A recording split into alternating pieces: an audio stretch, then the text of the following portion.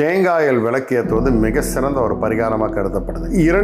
இரண்டு பொருட்கள் தான் கடவுளுக்கு மிக உகந்ததாக சொல்லப்பட்டிருக்கு. ஒன்று வாழைப்பழம், இன்னொன்று தேங்காய். அந்த தேங்காய் அப்படின்றது யாராக கருதப்படுதுன்னா பிரணவத்துக்கு அதிபதியான விநாயகருக்கு உண்டானதாக சொல்லப்படுது. தேங்காய் விளக்கு ஏற்றுறது அவ்வளோ சிறப்பு. தேங்காய் விளக்கு எங்கே ஏற்றணும்? தாராளமாக வீட்டிலையும் ஏற்றலாம், கோவில்லையும் ஏற்றலாம். ஒரு வாழை இலை வச்சிருங்க. அந்த வாழை இலைக்கு மேலே கொஞ்சம் பச்சரிசியை கொட்டிடுங்க. அதுக்கு மேலே இந்த தேங்காய் வைங்க. அதில் தேங்காய் எண்ணெயை விடுங்க. அதில் ஒரு பஞ்சத்திரியை போட்டு அருமையாக எரியும். நல்ல ஸ்மெல், வீடு கம கம கமன்றது. எரிஞ்சு முடிஞ்சதும் அந்த அரிசி, வாழை இலை, தேங்காய் மொத்தமாக எடுத்துட்டு போயிட்டு மரத்தடியில் தூக்கி பல நன்மைகள் உங்களுக்கு வர ஆரம்பிக்கும். தேங்காய் தீபம் ஏற்றினால் விநாயகரின் அம்சம் வீட்டுக்கு வந்து சேரும். விநாயகரின் அனுகிரகம் வந்து சேரும். காரிய தடைகள் நிவர்த்தியாகும். பல காரியங்கள் வெற்றியாக மாறும். உங்களுடைய நினைத்த காரியங்கள் வெற்றியடைய ஒரு வழிமுறை கொடுக்கும். வேலை இல்லாதவர்கள் வழிபட்டால் வேலை கிடைக்கும்.